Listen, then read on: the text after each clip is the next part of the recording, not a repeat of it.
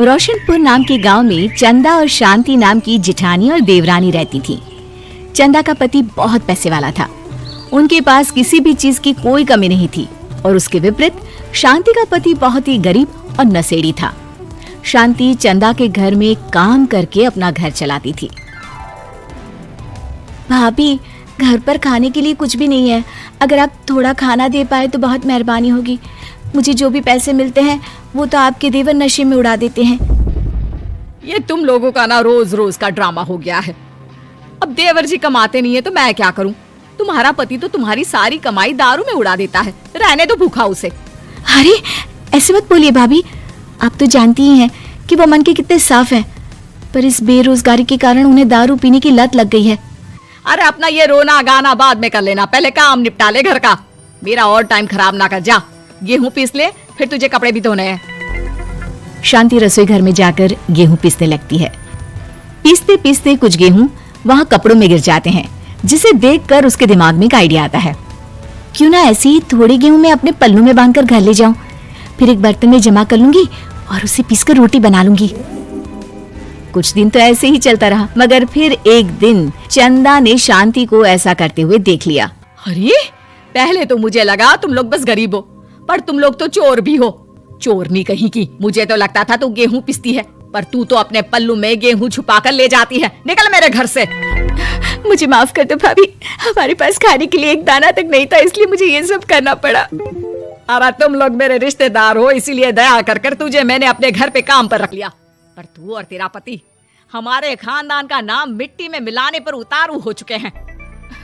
आपको मुझे जितनी गालियां देनी है दीजिए, मारना है तो मार भी लीजिए भाभी, पर मुझे काम से मत निकालिए। परिवार की बात है, वरना कोई और ऐसा काम करता ना तो धक्के मार कर कब से घर का बाहर निकाल दिया होता। रोते रोते शांति अपने घर चली जाती है, जहाँ उसका नशेड़ी पति कहता है, अरे कहाँ रह गई थी कामचोर? इतनी देर क्यों कर दी? आज पैसे लाई कि आज भी खाली हाथ वापस आ गई है? अपने हाथ दिखा, जरूर पैसे छुपा लिए ताकि मैं दारू ना पी पाऊं। नहीं जी, मैं आपसे क्यों छुपाऊंगी, और अभी आप दारू पीने की बात कर रहे हैं, उसी कारण तो आज हम लोगों की ये हालत हो गई है। किसी काम की नहीं है तू, बिना मार खाए समझेगी नहीं। रख, अभी तेरे होश ठिकाने लगाता हूँ। रामलाल शांति को बहुत मारता है। शांति का मन दुखी हो जाता है और वो गांव के तालाब के पास के एक पेड़ के नीचे बैठकर फूट फूट कर रोने लगती है। मैंने कभी किसी का बुरा नहीं किया, फिर भी भगवान मेरे साथ ऐसा क्यों कर रहा है? मैं तो रामलाल जी की फिक्र करती हूँ, फिर भी उन्होंने मुझे इतना मारा। तभी उसे एक आवाज सुनाई देती है, रोने की कोई जरूरत नहीं है बेटी, चिंता क्यों करती हो? ये आवाज कहाँ से आ रही है? शांति अपने आसपास देखती है, उसे कोई नहीं दिखता। वो ऊपर देखती है, जहाँ उसे एक छोटी सी परी दिखती है। आप कौन है? आप तो कोई परी लगती हैं। हाँ बेटी, मैं इसी पेड़ पर रहती हूँ। मैंने तुम्हारी सारी बात सुनी, अब तुम्हें फिक्र करने की कोई जरूरत नहीं। अपनी आंखें बंद करो। शांति आंखें बंद करती है और जादुई परी अपनी छड़ी घुमाती है।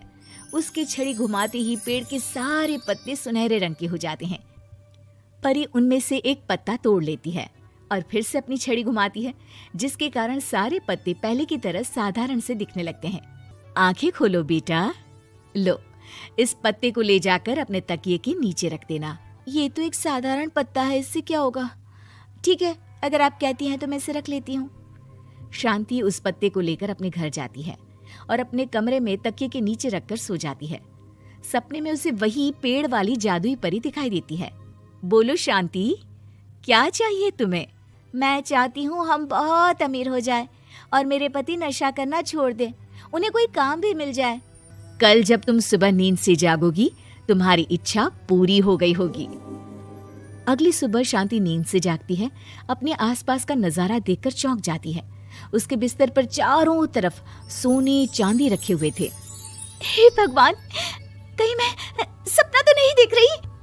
इतना सारा सोना, वो भी मुझ गरीब के पास। रामलाल जी को बताती हूँ, वो बहुत खुश होंगे। शांति जैसे ही कमरे के बाहर जाती है, वो देखती है कि रामलाल सूट बूट पहने काम के लिए बाहर जा रहा होता है। मुझे शहर में एक नौकरी मिल गई है शांति, मुझे आने में देर हो जाएगी, घर का ध्यान रखना। और इस तरह शांति बहुत अच्छा जीवन बिताने लगती है। उसके पास अब किसी भी चीज की कमी नहीं रह जाती।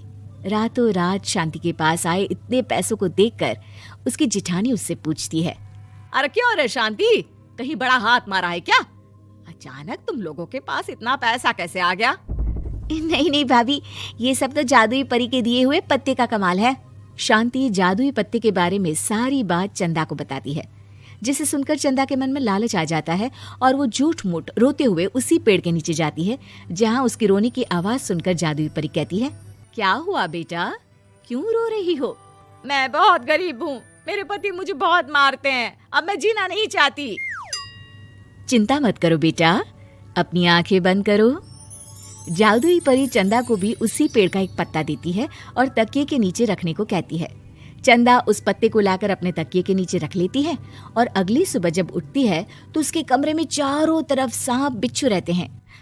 अरे बचाओ बचाओ, कोई मुझे बचाओ, ये कैसा पत्ता है जिसे लाने के बाद उस गरीब शांति के पास तो इतना सारा सोना आ गया, और मेरे चारों तरफ ये सांप बिच्छू, अरे कोई बचाओ।